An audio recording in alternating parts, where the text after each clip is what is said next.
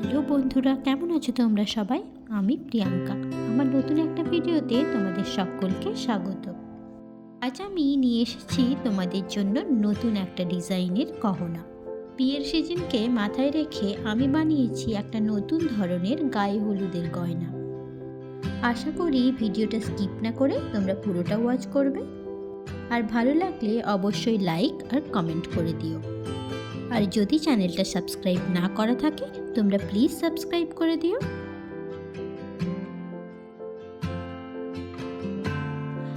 প্রথমেই রঙের বাক্স খুলে আমি তুলে নিলাম সাদা রঙটা। এরপর পেন্ডেন্টটাতে সাদা রঙের কোট করে দিচ্ছি।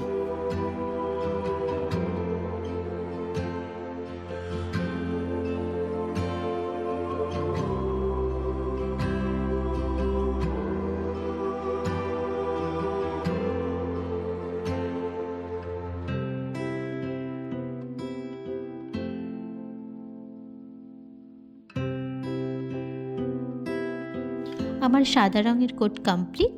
এরপর ইয়াররিংসগুলোতেও সেম একইভাবে সাদা কোট করে নিলাম।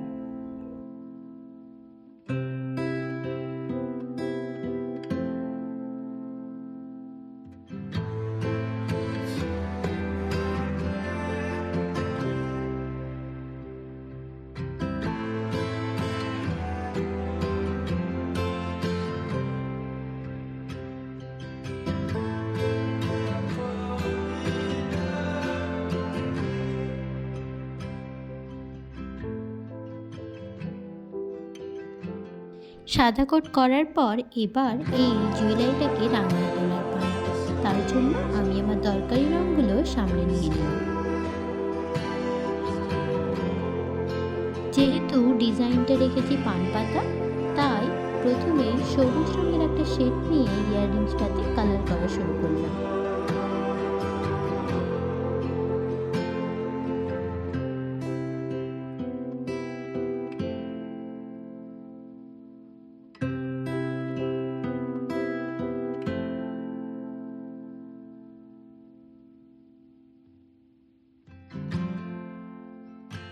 ইয়াররিংসটাকে কালার করার পর পেন্ডেন্টটাকে কালার করার পালা।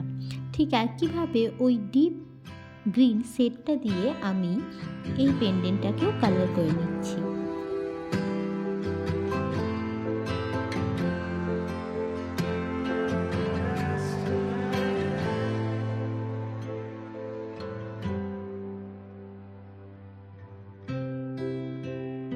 আচ্ছা, তোমরা জানাও তো এই অবস্থায় এই পেন্ডেন্টটাকে দেখতে কেমন লাগছে।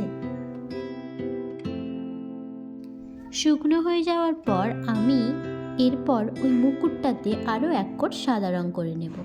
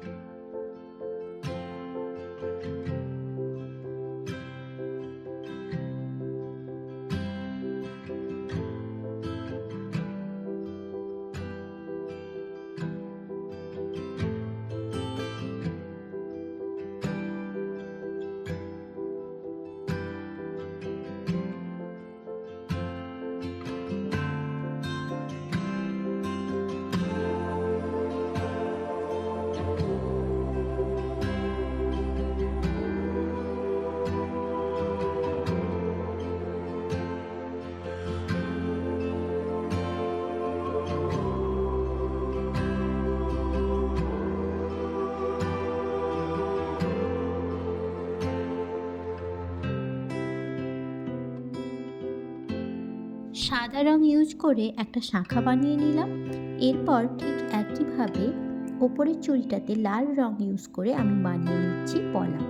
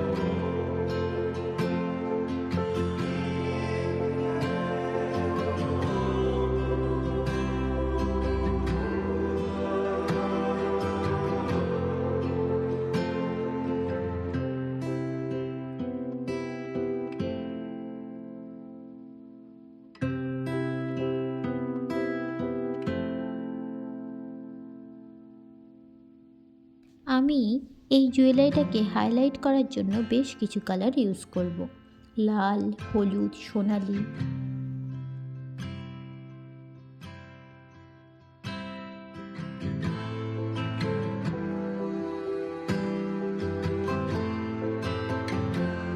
জুয়েলারিটার প্রায় কাজ কমপ্লিট। এরপর জুয়েলারিটাকে হাইলাইট করার পালা। প্রথমেই আমি দিচ্ছি হলুদ রঙটা।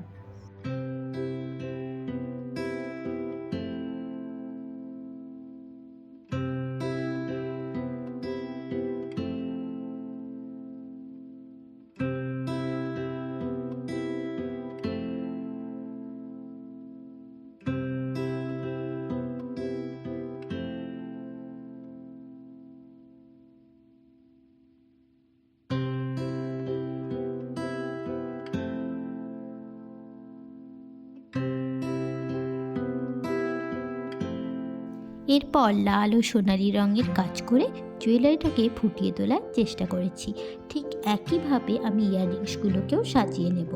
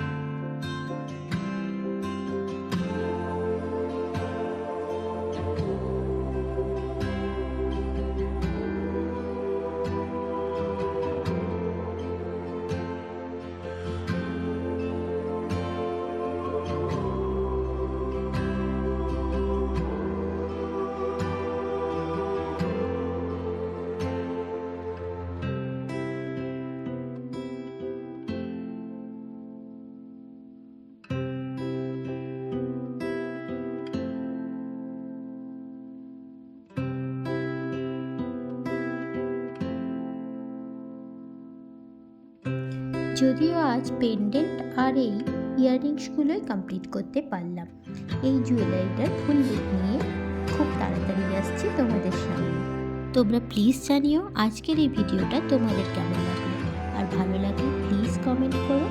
আবার আসবো নতুন কোনো ভিডিও নিয়ে। তোমরা সবাই সুস্থ থেকো। আজকের মতো টাটা।